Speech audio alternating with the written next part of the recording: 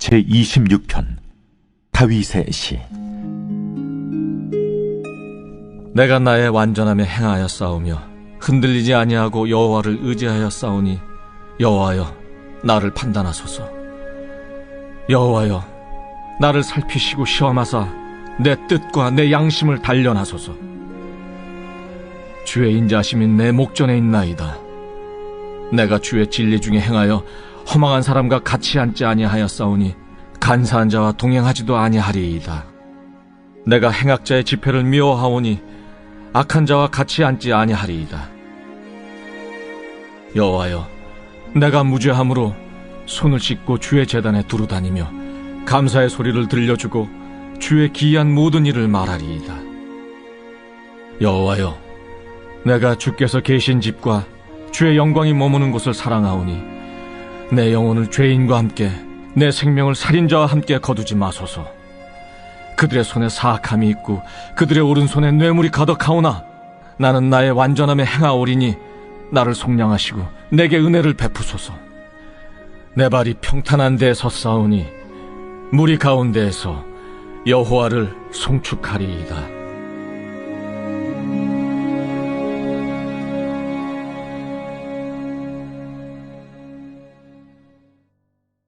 오늘의 말씀 시편 26편의 말씀입니다. 오늘 시편 26편의 말씀에서 다윗은 하나님께 유독 자신에 대한 의로움을 강하게 어필하고 있습니다. 1절, 2절 말씀에서부터 자신의 완전함을 주장하며 하나님의 판단을 요구하고 있습니다. 1절 말씀입니다. 내가 나의 완전함에 행하여 싸우며 흔들리지 아니하고 여호와를 의지하여 싸우니 여호와여 나를 판단하소서. 2절입니다. 여호와여 나를 살피시고 시험하사 내 뜻과 내 양심을 단련하소서. 서두에서부터 그냥 자신의 행위의 완전함에 대해 자신 있게 고백하고 있습니다. 마치 법정에서 재판장이신 하나님 앞에서도 결백함을 증명하며 자신이 무죄임을 증명하며 지금 당장 자신을 시험해봐도 어떤 흠이나 결점도 찾지 못할 거라는 당당함이 배어있는 고백입니다. 우리의 인간적인 생각으로는 이 고백이 약간은 도가 지나친 것이 아닌가? 어떻게 인간이 하나님 앞에서 자신의 행위에 대해서 옳다고, 의롭다고 자부할 수 있을까? 라고 생각할 수 있지만 사실 이 고백은 행위의 측면에서의 완전함이 아니라는 것입니다. 다윗에겐 정말 아무런 흠이나 허물이 없었을까요? 아닙니다. 분명히 있습니다. 하지만 다윗은 하나님 앞에서 자신의 행위의 측면에서의 완전함이 아니라 하나님께 먼저 인정해 주시는 언약의 관계, 즉 법적인 측면에서의 완전함을 말하고 있는 것입니다. 다시 말해서 다윗은 하나님께 하나님 당신 앞에서 완전 무결한 삶을 살았고 의롭다가 아니라 하나님께서 나를 의롭게 여겨주셨기에 못난 제가 하나님의 언약의 약속을 붙잡고 살아갈 수 있고 그 은혜 때문에 말씀을 성실하게 이루며 살아갈 수 있습니다 라고 고백하는 것입니다. 만약 다윗이 스스로 완전 무결한 삶을 살았다면 1절 이후에 여호와를 의지하여 싸우니 라는 말을 할 필요가 없었을 겁니다. 다윗의 삶에는 또렷한 삶의 초점이 있었습니다. 그것은 바로 그의 고백에서 느낄 수 있는 것처럼 자신을 의롭게 여겨주시는 하나님과의 언약 안에서 성실하게 살아갈 거라는 삶의 분명한 초점이 있었던 겁니다. 하나님에 대한 분명한 삶의 초점이 있지 않았더라면 이러한 고백을 드릴 수 없었을 것입니다. 감히 어떻게 하나님 앞에서 완전함이라고 표현할 수 있었겠습니까? 그만큼 다윗에게는 하나님께서 부여하신 삶의 목적, 초점이 분명하였다는 것입니다. 삶의 초점이 내 자신이 아니라 환경이 아니라 어떠한 결과가 아니라 오직 하나님이기에 그는 1절에서 이렇게 고백하는 것입니다. 내가 흔들리지 아니하고 여호와를 의지합니다. 예전 성경에는 요동치지 아니하고 여호와를 의지합니다 라고 번역되어 있습니다. 왜 요동치지 않았다는 것입니까? 1절 초반에 고백했던 대로 자신의 모습이 완전해서? 아닙니다.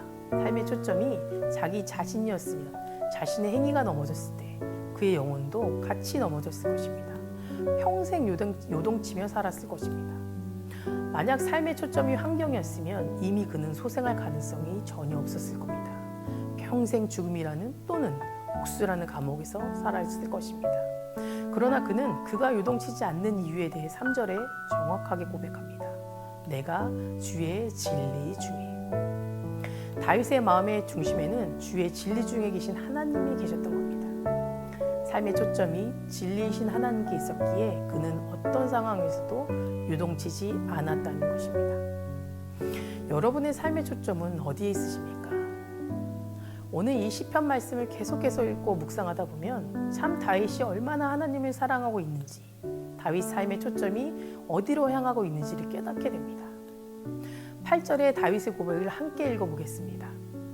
여호와여, 내가 주께서 계신 집과 주의 영광이 머무는 곳을 사랑하오니. 하나님을 사랑하는 마음이 커서 이제는 하나님이 머무는 곳을 사랑한다고까지 고백합니다. 하나님의 집, 즉 교회를 사랑하는 것이 그의 인생의 최우선 순위가 되어버린 것입니다. 오늘날 우리 그리스도인에게서 다윗의 이 마음을 찾아보긴 참 어려워졌습니다. 영적인, 육적인 부유함 때문에, 또 지금은 코로나 때문에 우리의 마음을 가리고 있는지도 모릅니다. 우리는 하나님의 영광이 머물고 있는 곳, 그곳으로 나아가는 것이 곧 하나님을 사랑하는 것이라는 이 다윗의 믿음의 고백이 점점 희미해져 가고 있는 시대에 살아가고 있습니다. 하지만 우리는 때로는 억울하고 분한 일이 있을지라도 은혜를 구하는 곳으로 나아가야 합니다.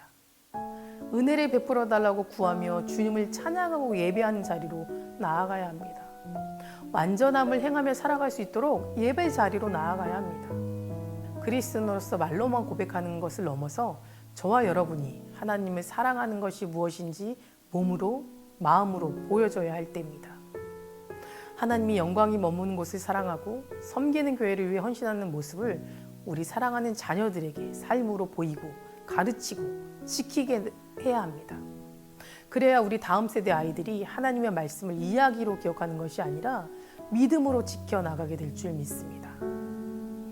다윗은 오늘 11절 말씀에 이렇게 고백하고 있습니다. 내게 은혜를 베푸소서. 이것은 하나님의 영광이 머무는 곳을 사랑으로 최우선 순위로 삼았을 때 그들에게 허락해 주시는 은혜라는 것입니다.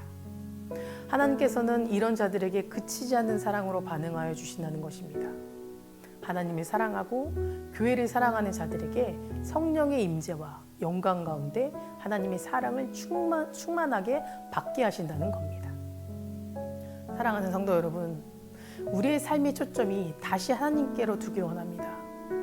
분명하나 우리의 삶의 초점이 내 자신, 내 환경, 세상의 성공, 물질이 아니라 오직 진리 중에 거하신 하나님께 두고 다윗처럼 이 마음으로 교회를 사랑하고 이 사랑을 우리 자녀들에게도 흘려보낼 수 있는 귀한 성도님들 되시기를 주님의 이름으로 축복합니다. 함께 기도하시겠습니다. 사랑과 은혜가 충만하신 주님 감사합니다. 오늘도 주신 말씀을 가지고 저희가 세상으로 나아갑니다. 우리가 세상에서 의로움을 받는 것이 아니라 하나님께 인정받는 귀한 자녀로 살기를 원하오니 세상 가운데 주님의 참된 자녀로 살아갈 수 있도록 도와주시고 정말 우리가 이 믿음을 지켜나가며 다음 세대에게 본이 되는 삶으로 살아갈 수 있도록 도와주시옵소서. 나의 몸과 마음이 환경에 의지하는 것이 아니라 환경에 요동치는 것이 아니라 오로지 주님의 말씀 가운데 그 말씀을 묵상하며 묵묵히 걸어갈 수 있는 참된 신앙인으로 살아갈 수 있도록 인도하여 주시옵소서. 우리의 삶 가운데 축복과 은혜와 사랑으로 인도하실 예수 그리스도를 믿사오며 모든 말씀 예수 그리스도 이름으로 기도드립니다. 아멘.